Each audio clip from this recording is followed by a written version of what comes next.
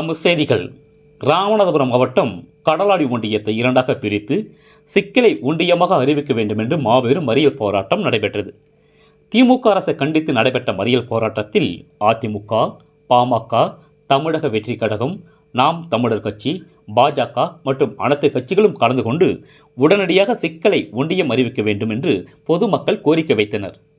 2026 தேர்தல் வரும் முன்பே சிக்கலை ஒன்றியமாக அறிவிக்க வேண்டும், இல்லை என்றால் நடைபெற இருக்கும் சட்டமன்ற தேர்தலை சிக்கல் ஒன்றியத்துக்கு உட்பட்ட அனைத்து இடங்களிலும் தேர்தலை புறக்கணிக்க முடிவு செய்துள்ளதாக உரிமை மீட்பு குழு தலைவர் ஜெய்கணேஷ் போராட்டத்தில் தெரிவித்தார். ரேட் நியூஸ் தமிழ் செய்திக்காக துணை ஆசிரியர் விழுப்புரம் ஜோதிலிங்கம். செய்திகளை உடனுக்குடன் தெரிந்து கொள்ள ரேட் நியூஸ் தமிழ் சேனலை சப்ஸ்கிரைப் செய்யவும். 2 முறை மனித சங்கிலி போராட்டங்கள் நடத்தி இருக்கிறோம். மாபெரும் போராட்டங்கள்லாம் நடத்தி அரசுக்கு கவனம் செலுத்தியிருக்கோம். ஆனா மாவட்ட ஆட்சியர் அலுவலகத்திலிருந்து நாங்க அனுப்பிட்டோம் வந்துடும் சொல்லிட்டே இருக்கிறாங்க.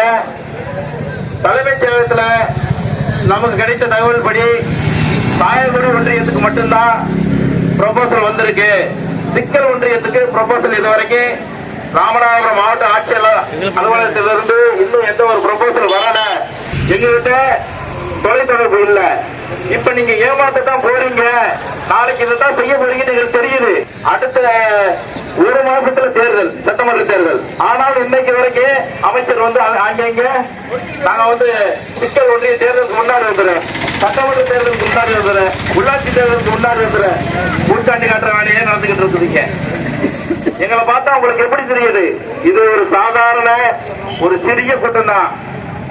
இது அப்படியே வெடிக்க பன்மடங்கு ஆக பல்லாயிரக்கணக்கான மக்களை திரட்டி சிக்கலை ஸ்தம்பிக்க வைப்போம்.